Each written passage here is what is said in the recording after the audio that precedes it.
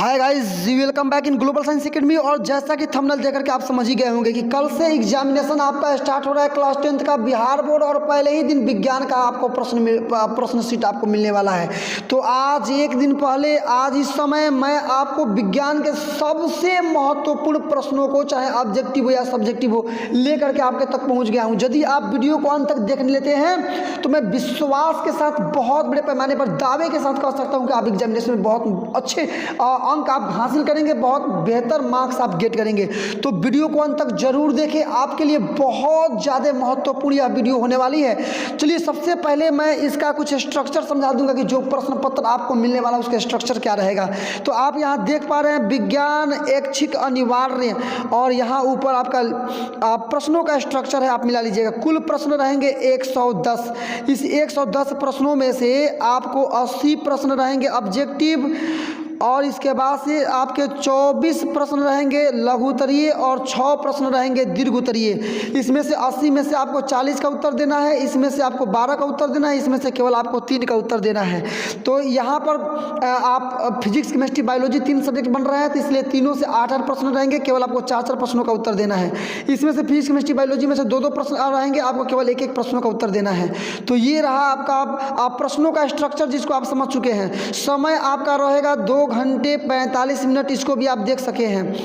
Marks आपका कुल मिलाकर के 80 है, पूर्णांक आपका 80 है, आप ये भी यहाँ पर देख पा रहे हैं। और ये कुछ निर्देश आपके लिए हैं बहुत गजब के, इसको पढ़िएगा। फिलहाल मैं वीडियो को स्टार्टिंग करने वाला हूँ, क्योंकि सबसे कम समय में पूरी तैयारी में आपको 100% मतलब 80% जो आपके सामने पेपर कल मिलने वाला है, पूरे 80 नंबर की तैयारी में आपको इस वीडियो के माध्यम से कराने वाला हूँ। तो यदि आपको कोई काम आज भी है तो जल्दी से उस काम को निपटा करके यूट्यूब चैनल पर मेरे साथ लग जाइए, क्योंकि यह वीडियो आपके जीवन को बदल सकता है। तो बेहतर जीवन को बनाने के लिए वीडियो को अंत तक जरूर देखें। ये आपको पूरा इंस्ट्रक्शन दिया है कि 40 जो मैंने ऊपर समझाया है उसी को समझा रहा है ये, इंग्लिश और हिंदी दोनों लैंग्वेज में, जो मैं आपको पहले बता चुका हूँ कौन कौन कितने कितने मार्क्स करेंगे। फिलहाल यहाँ से स्टार्ट हो रहे हैं आपके ऑब्जेक्टिव प्रश्न। पहला आंसर, पहला क्वेश्चन आपके सामने खुल चुका है। तो चलिए वीडियो को हम लोग स्टार्ट करते हैं, और क्वेश्चन नंबर 1 से लेकर क्वेश्चन नंबर 80 तक ऑब्जेक्टिव में देखेंगे, और बाकी के प्रश्न जो आपके सब्जेक्टिव है उनकी भी आप पूरी तरह से अध्ययन करेंगे। तो आइए स्टार्ट करते हैं वीडियो को। फाइनली क्वेश्चन नंबर 1 आपका खुल चुका है। डायरेक्टली देखिए, हो चुकी कल आपका एग्जामिनेशन है साइंस का, इसलिए डायरेक्टली हम लोग आंसर करेंगे। चारों ऑप्शन में बिल्कुल नहीं पढ़ूंगा, क्वेश्चन पढ़ूंगा और उसका सही आंसर मैं आपको बताऊंगा झटाक से, और आप तुरंत इसको कंप्लीट करेंगे। क्वेश्चन नंबर 1 है, किस दर्पण की फोकस दूरी ऋणात्मक होती है? आंसर रहेगा नंबर बी, अवतल दर्पण। देखिए, आप लोग सेट पढ़े होंगे, उसमें आपको आंसर दिया होगा सी, उत्तल दर्पण, लेकिन ये गलत है। सही आंसर रहेगा नंबर बी, अवतल दर्पण। क्वेश्चन नंबर इसका 2, क्वेश्चन नंबर 2 आप ला सकते हैं, आपके सामने खुल चुका है। किसी दर्पण की फोकस दूरी f तथा वक्रता त्रिज्या r के बीच क्या संबंध होता है? सही आंसर होगा number B, R F is equal to r/2। Question number 3, जी बिल्कुल सही सुना आपने। क्वेश्चन नंबर 3, समान दृष्टि के लिए स्पष्ट दर्शन की न्यूनतम दूरी होती है 25 सेंटीमीटर। नंबर बी सही आंसर इसका रहेगा। क्वेश्चन नंबर आपका 4, श्वेत प्रकाश का कौन सा रंग प्रकाश के प्रकीर्णन के बाद या फिर वर्ण विक्षेपण के बाद सबसे कम झुकता है? सही आंसर रहेगा नंबर इसका सी, लाल, क्योंकि इसका तरंगदैर्घ्य सबसे अधिक लगभग 7500 एंगस्ट्रॉम के आसपास होता है। क्वेश्चन नंबर आपका 5 कह रहा है कि मानव आंख की रेटिना द्वारा बनाई गई छवि कैसी होती है? सही आंसर रहेगा नंबर बी, वास्तविक और उल्टा। क्वेश्चन नंबर 6, क्वेश्चन नंबर आपका 6 रहेगा, मिला सकते हैं आप। आकाश का रंग नीला प्रतीत होता है, किस घटना पे आधारित है? सही इसका आंसर है नंबर 6 का बी, प्रकाश का प्रकीर्णन के कारण। क्वेश्चन नंबर आपका 7, किस दर्पण से वस्तु का प्रतिबिंब हमेशा बड़ा बनता है? सही आंसर रहेगा नंबर बी, अवतल दर्पण। जी बिल्कुल सही सुना आपने, नंबर बी, अवतल दर्पण।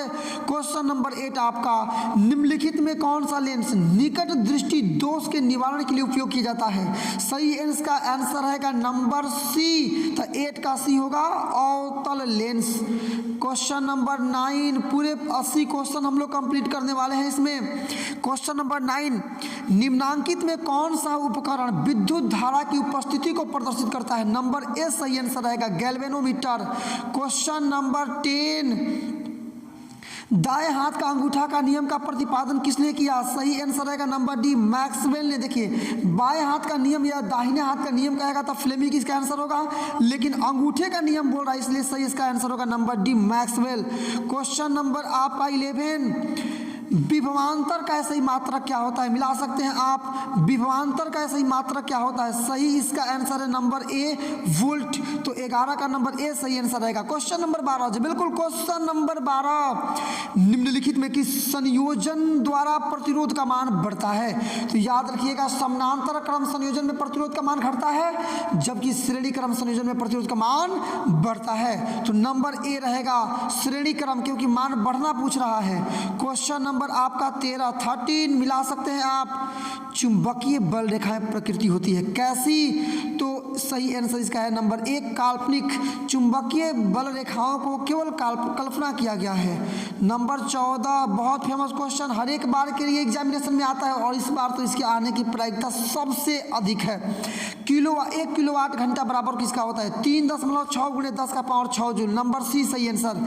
क्वेश्चन नंबर 15 जी बिल्कुल, क्वेश्चन नंबर 15 नवीकरणीय ऊर्जा का स्रोत है। सही इसका आंसर रहेगा नंबर बी, सौर ऊर्जा। क्वेश्चन नंबर 16 आप मिला सकते हैं। 16 आपका बोल रहा है कि कौन सा लेंस अपसारी लेंस है? सही इसका आंसर रहेगा 16 का नंबर ए, क्योंकि अवतल लेंस को अपसारी लेंस कहते हैं और वहीं अभिसारी पूछेगा तो इसका सही आंसर आप मानेंगे अवतल लेंस। फिलहाल अपसारी बोल रहा है, सॉरी उत्तल लेंस मानेंगे अभिसारी में और अवतल लेंस मानेंगे अपसारी में। अपसारी पूछ रहा है, नंबर ए सही आंसर रहेगा इसका।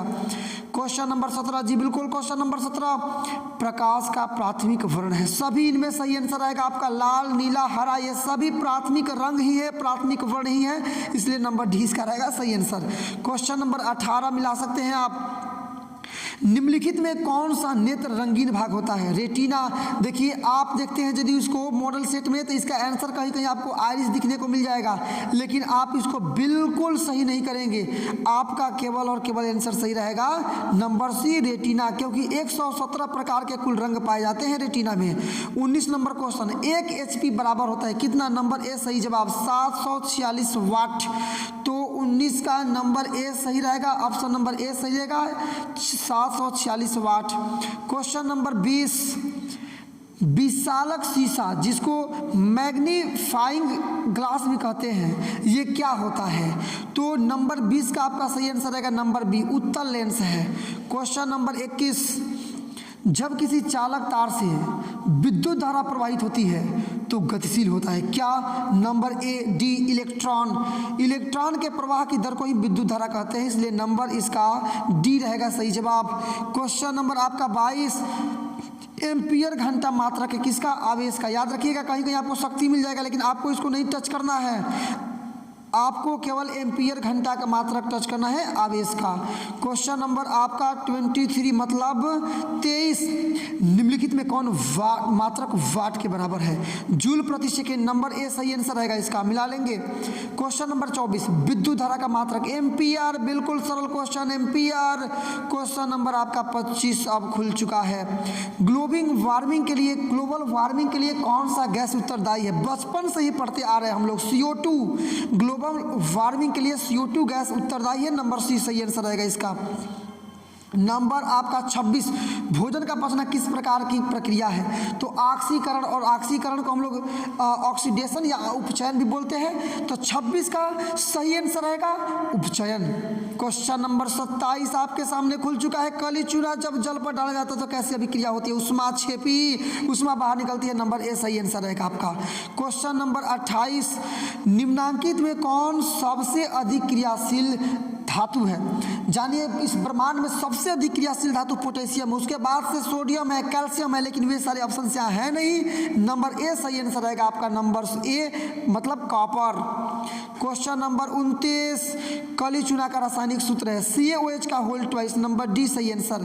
क्वेश्चन नंबर 23, कोई बिलियन लाल लिटमस पत्र को नीला कर देता है। जाहिर सी बात है, लाल लिटमस पत्र को नीला कर रहा है, इसका मतलब कि क्षार है, और क्षार का pH मान हमें हमेशा 7 से अधिक होता है। तो 7 से अधिक में नंबर ए है, 7 से अधिक में नंबर बी है। ऑप्शन डी कह रहा है कि ए और बी दोनों, इसका मतलब 11 और 10 दोनों, नंबर डी सही इसका आंसर रहेगा। क्वेश्चन नंबर 30 आपने कंप्लीट किया, बेहतरीन क्वेश्चन। क्वेश्चन नंबर 31, एल्काइन में कार्बन कार्बन के बीच कितने सहसंयोजक बंधन होते हैं? एल्काइन है ना, मतलब ये असंतृप्त हाइड्रोकार्बन का दूसरा प्रकार है, सही आंसर रहेगा इसका। एल्काइन है, याद रखिएगा। तो 31 का सही आंसर रहेगा नंबर सी, त्रिबंध पाया जाता है। नंबर आपका 32, ग्लूकोज का रासायनिक सूत्र C6H12O6, नंबर ए सही आंसर। क्वेश्चन नंबर 33 जी, क्वेश्चन नंबर 33, उच्च वसीय अम्लों में सोडियम लवण क्या कहलाते हैं? तो सही आंसर रहेगा 33 का आपका ए, मतलब साबुन, क्योंकि साबुन उच्च वसा अम्लों का सोडियम या पोटेशियम लवण है, जिसका सूत्र होता है C17H35COONA, और ये पहले से आप जानते हैं। सो बिल्कुल सही जवाब नंबर ए, साबुन। क्वेश्चन नंबर 34 जी, बिल्कुल क्वेश्चन नंबर 34, फटाफट टाइम को ध्यान में रखते हुए हम लोग को कवर करना है पूरे 80 क्वेश्चन, उसमें से भी बहुत सारे महत्वपूर्ण क्वेश्चन, जबरदस्त क्वेश्चन आपके लिए। इसके बाद सब्जेक्टिव भी आप देखना बिल्कुल नहीं भूलेंगे, पूरा सेट मैंने कंप्लीट किया इस वीडियो के माध्यम से। Question number 34, single bond CHO ये क्या है? तो एल्डिहाइड है, नंबर ए सही आंसर। क्वेश्चन नंबर 35, आवर्त सारणी में बाएं से दाएं जाने पर तत्वों की परमाणु त्रिज्या पर क्या प्रभाव पड़ता है? घटती है, ए रहेगा सही आंसर। आप चाहें तो वीडियो को आप कंट्रोल करके, रोक करके, पोज करके आप क्वेश्चन को ध्यान से पढ़ सकते हैं, यदि आपके पास टाइम लगता है कि मेरे पास टाइम है। तो फिलहाल मेरे पास बिल्कुल नहीं टाइम है, क्योंकि कल ही आपका साइंस का एग्जामिनेशन, इसलिए अधिक से अधिक प्रश्नों को मैं कवर कराऊंगा कम से कम समय में। क्वेश्चन नंबर 36 जी, बिल्कुल निम्नांकित में कौन उनके अधातु गुण के अनुसार बढ़ते हुए क्रम में सजाया गया है? नंबर सी, देखिए सबसे अधिक है ये आपका बेरिलियम, उसके बाद से लिथियम, उसके बाद से कार्बन, उसके बाद से ऑक्सीजन, उसके बाद से फ्लोरीन। तो नंबर सी सही आंसर रहेगा। क्वेश्चन नंबर आपका आप 37, सिलिकॉन क्या है? सिलिकॉन आप जानते हैं, सिलिकॉन क्या है, एक बार और ध्यान लगाइए, उपधातु है। ए सही होता है, सिलिकॉन का उपधातु है। सिलिकॉन, जर्मेनियम, एंटीमन ये सब उपधातु है। फिलहाल सिलिकॉन ऑप्शन में है, आप सिलिकॉन को ही टच करेंगे केवल, और दूसरा कुछ नहीं। क्वेश्चन नंबर 38, निम्नांकित में कौन विद्युत धनात्मक तत्व? जानिए सब आधातुएं हैं, ये इलेक्ट्रॉनों को ग्रहण करते हैं, अर्थात ऋणात्मक है। केवल इसमें सोडियम ही है जिसका परमाणु क्रमांक 11 होता है, और एक इलेक्ट्रॉन को त्याग करके धनात्मक हो जाता है, धनावेशित हो जाता है। नंबर सी सही आंसर इसका, सोडियम। क्वेश्चन नंबर 39, टिहरी बांध का निर्माण किस प्रदेश में? उत्तराखंड। कुछ सोचने की आवश्यकता नहीं है, टिहरी बांध से बिल्कुल सही सुना आपने, टिहरी बांध का निर्माण उत्तराखंड में किया गया है। क्वेश्चन नंबर 40 और आपके सामने खुल चुका है क्वेश्चन नंबर 40 भी, निम्नांकित में किस धातु को केरोसिन तेल में डुबो कर रखा जाता है? फेमस क्वेश्चन 8 क्लास से आप समझते आए हैं। सोडियम को जब हम लोग खुले स्थान पर छोड़ देते हैं तो जलने लगता है, लेकिन जब पानी में रखते हैं तो विस्फोटक अभिक्रिया होती है। फिलहाल सोडियम को हम लोग केवल केरोसिन तेल में ही डुबो कर रखते हैं। सो नंबर बी रहेगा इसका सही आंसर।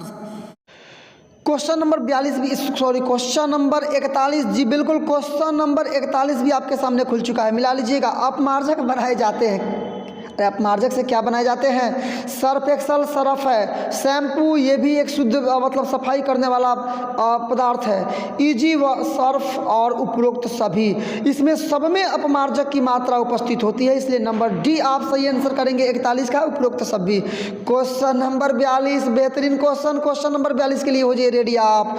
सौर सेल में किसका उपयोग होता है? क्या गजब का क्वेश्चन सेटिंग है, धड़ाधड़ आंसर आपको मार के आना है, सही सटीक आंसर आपको लगाने हैं। कल के एग्जामिनेशन में ऑब्जेक्टिव में 40 के 40 क्वेश्चन आपको सही मारने ही मारने हैं। क्वेश्चन नंबर 42 को आप कवर कर रहे हैं, सही आंसर रहेगा नंबर 20 सिलिकॉन।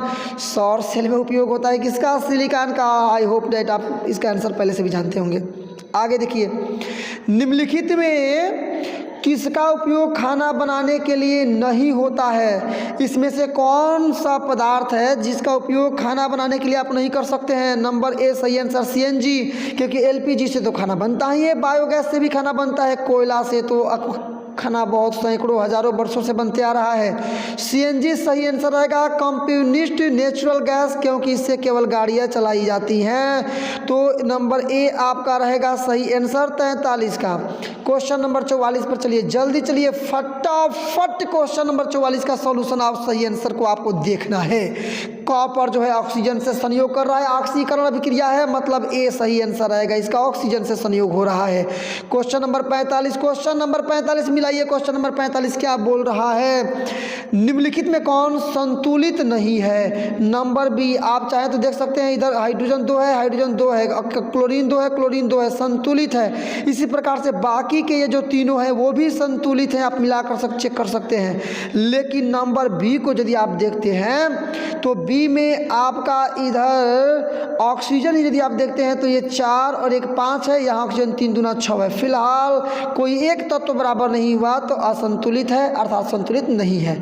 तो 45 का नंबर बी सही आंसर। क्वेश्चन नंबर 46 मतलब 46 मिलाइए।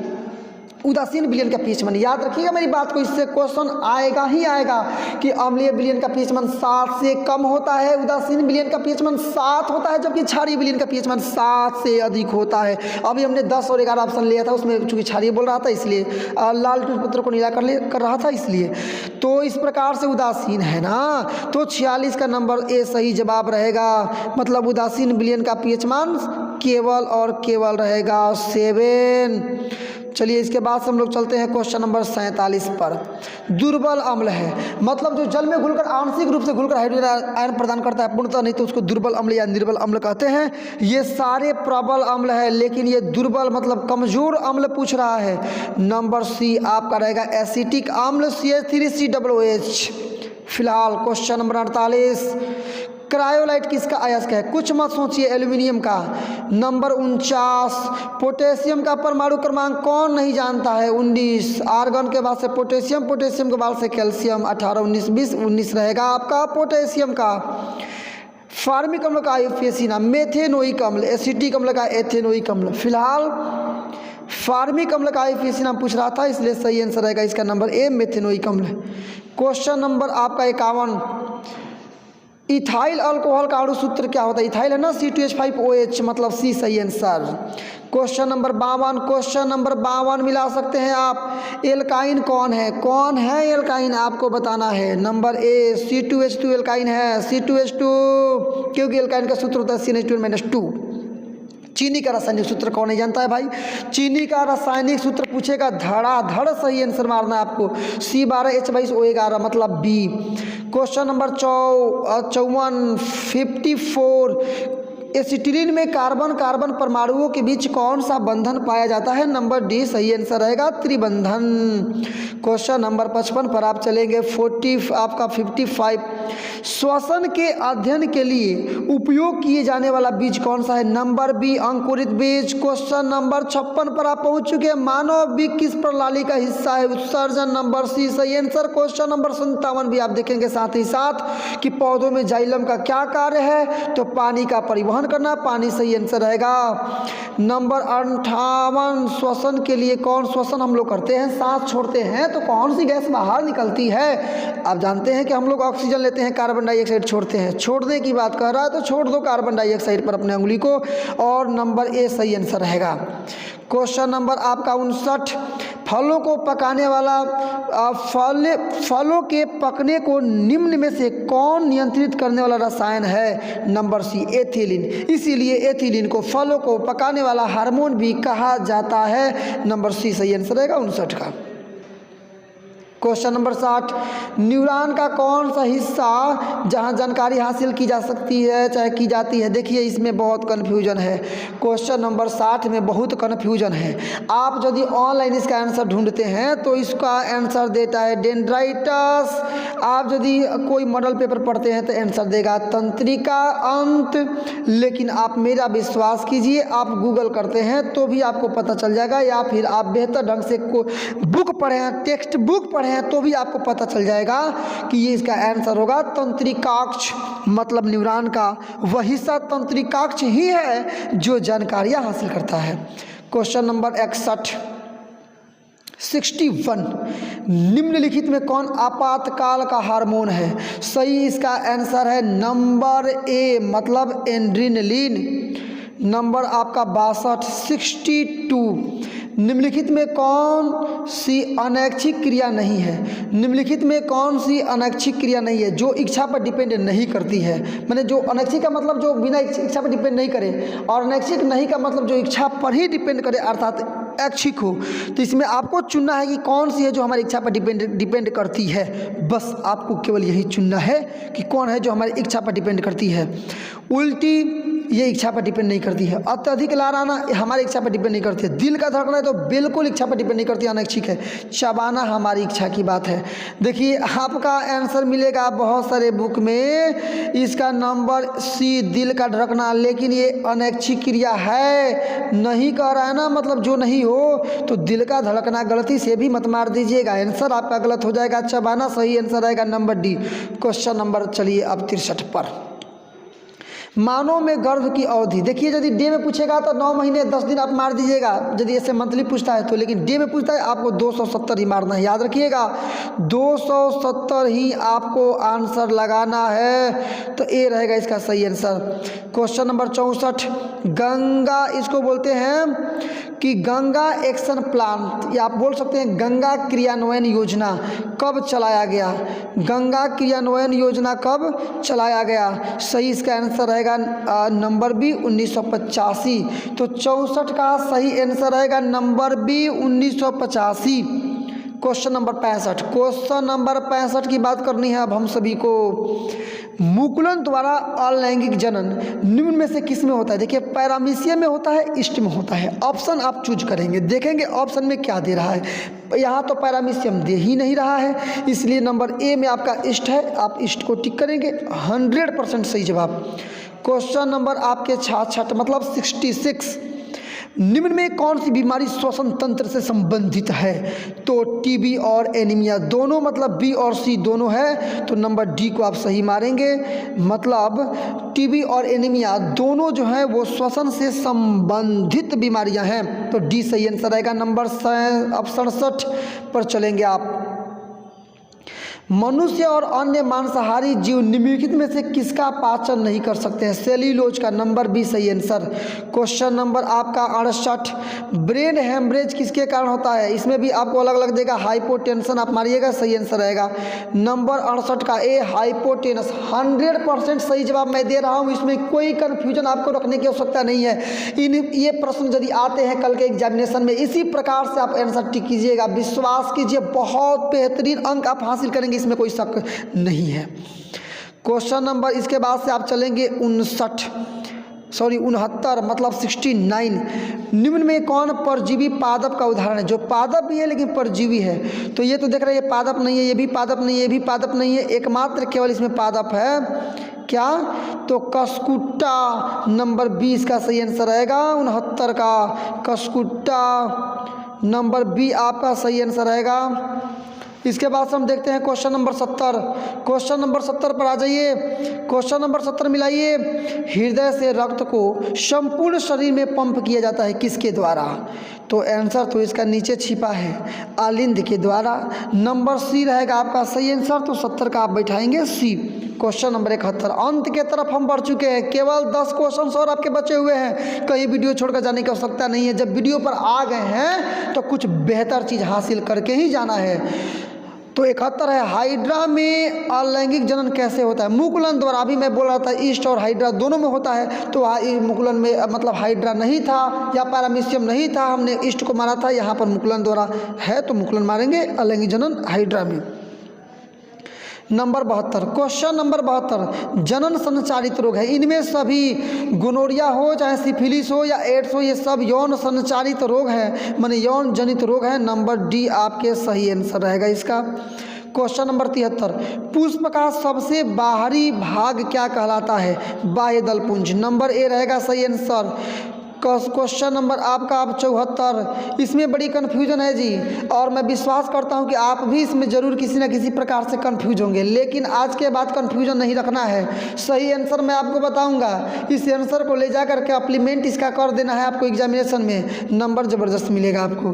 कह रहा है कि ब्लड समूह ए में कौन सा एंटीबॉडी पाया जाता है, नंबर बी सही आंसर रहेगा। बिल्कुल बिल्कुल कन्फ्यूजन में नहीं रहना है आपको, नंबर सी इसका सही आंसर रहेगा 74 का। तो अब चलते हैं हम लोग क्वेश्चन नंबर 75 पर। क्वेश्चन नंबर 75 है कि रक्त में ग्लूकोज की मात्रा को कौन नियंत्रित नहीं करता है, ए इंसुलिन। आगे चलिए, तुरंत आगे चलिए 75 का ए आंसर मारने के बाद। तो 75 के ए के बाद से आ गया आपका 76 मतलब 76, पादप वृद्धि हार्मोन है। सोचो जल्दी सोचो, धड़ाक धड़ाक सोचो क्या आंसर सही होगा कि इसमें से कौन सा पादप वृद्धि हार्मोन है। ए रहेगा सही आंसर, जिब्रेलिन, आप जानते भी होंगे। क्वेश्चन नंबर आपका 77, हार्मोन स्रावित अंतःस्रावी ग्रंथियों से हार्मोन के श्रवण के लिए कोई विशेष ग्रंथि शरीर में नलिका नहीं पाई जाती है, इसीलिए हार्मोन को अंतः स्रावी ग्रंथियों से स्रावित होता है, ऐसा माना जाता है, जाना जाता है, पहचाना जाता है। 78 पाइए 78, मनुष्य के मुख गुहा में कितने जोड़े लार ग्रंथियां पाई जाती हैं, 3 जोड़े, सबलिंगुअल, पैरोटिड, मैंडिबुलर, आप जानते हैं 3 तरह के ग्रंथियां पाई जाती हैं। तो 78 का सही आंसर रहेगा नंबर सी 3, मतलब मनुष्य के मुख गुहा में 3 जोड़ी लार ग्रंथियां पाई जाती हैं।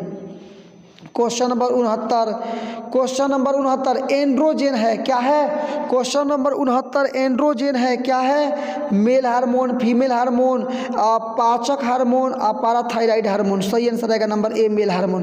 तो 79 का सही आंसर है मेल हार्मोन। ऑब्जेक्टिव आपका लास्ट क्वेश्चन, बहुत इजी क्वेश्चन, आप इसका आंसर जरूर जानते होंगे। इस प्रकार से आपने सेट को पूरी तरह से कंप्लीट किया, ऑब्जेक्टिव को आपने कवर किया बेहतरीन तरीके से, और मैं आपको उम्मीद दिलाता हूँ बहुत बेहतर मार्क्स आप करेंगे यदि आपने पूरा पढ़ा है तो, पूरा समझा है तो। 80 नंबर, मटर को अपने प्रयोग के लिए किसने चुना। जानते हैं हम लोग मेंडल ने, क्योंकि मेंडल ने ही, इसीलिए ग्रेगर जॉन मेंडल को आनुवांशिकता विज्ञान का जनक भी कहा जाता है। यदि क्वेश्चन पूछता है कि आनुवांशिकता विज्ञान का जनक कौन है, तो ग्रेगर जॉन मेंडल को आपको मारना होगा, यहाँ मेंडल आपके सही आंसर रहेंगे। ऑब्जेक्टिव की पढ़ाई आपने पूरी तरह से कंप्लीट किया, आई होप आपको बहुत बेहतरीन वीडियो लगा होगा। अब तुरंत हम लोग बढ़ते हैं सब्जेक्टिव पर, और जैसा कि वीडियो के शुरुआत में ही मैंने सब्जेक्टिव का भी टोटल स्ट्रक्चर मैंने आपको दे दिया है कि किस प्रकार से आपके कितने लघुत्तरीय क्वेश्चन होंगे, कितने दीर्घोत्तरीय क्वेश्चन होंगे, और किस प्रकार से आपको केवल 50% प्रश्नों का ही उत्तर देना है। जैसे ये फिजिक्स का आपका शुरू हो गया, तो इसमें 8 प्रश्न है, 8 में से 4 का ही आंसर देना है। आप यहाँ प्रश्न मिला सकते हैं। नंबर 1 है प्रकाश के अपवर्तन का नियम लिखिए। नंबर 2 भी मिला सकते हैं, ये आपके न्यूमेरिकल क्वेश्चन है कि जल और शीशा का अपवर्तनांक 4/3 × 3/2 है, तो इसमें से प्रकाश की चाल प्रत्येक में ज्ञात करनी है, बना सकते हैं आप इसको। नंबर 4, प्रिज्म से होकर प्रकाश के अपवर्तन के लिए किरण खींचिए। नंबर 4, जीवाश्म ईंधन का उदाहरण सहित बताना है। नंबर 5, विद्युत विभव को समझाना है।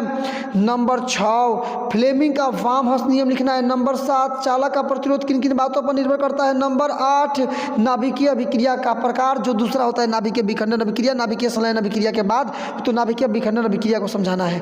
मैं चाहता तो इन प्रत्येक प्रश्नों का उत्तर भी दे सकता था, लेकिन आप पूरे वर्ष भर पढ़े, मैं आई होप कि आप बेहतरीन ढंग से सब्जेक्टिव भी तैयारी किए होंगे। और अभी यदि मैं आपको इसका आंसर देता हूँ, वीडियो पूरा करने में बहुत लंबा समय लग जाएगा, आप भी वीडियो छोड़कर चले जाएंगे। इसलिए मैं चाहता हूँ कि आप आ गए हैं वीडियो पर तो छोड़कर नहीं जाएं और बेहतरीन चीज़ सीख करके जाएं।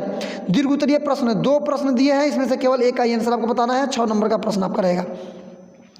पहला, धारावाही चालक के इर्द गिर्द मतलब चुंबकीय क्षेत्र को उत्पन्न होता है, इसके लिए ओस्टेट का प्रयोग दीजिए। दृष्टि दोष क्या है, उसका प्रकार और उपचार बताना है। इस प्रकार से आपका भौतिकी की आपकी जो क्वेश्चन थे वो कंप्लीट हुए।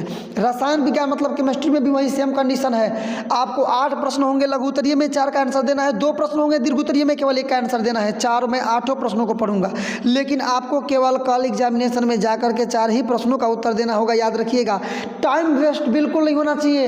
अधिक प्रश्नों का जवाब आप देते हैं, आपको कोई एक्स्ट्रा उसके लिए मार्क्स मिलने वाला नहीं, इसलिए अधिक प्रश्नों का जवाब आप दे ही नहीं।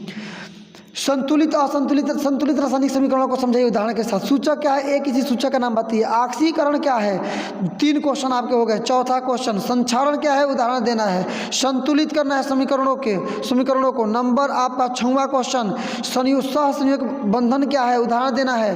अम्ल और क्षार में 2 अंतर लिखना है। सजातीय श्रेणी को समझाना है। 8 प्रश्न कंप्लीट हुए, केवल आपको 4 का ही आंसर देना है।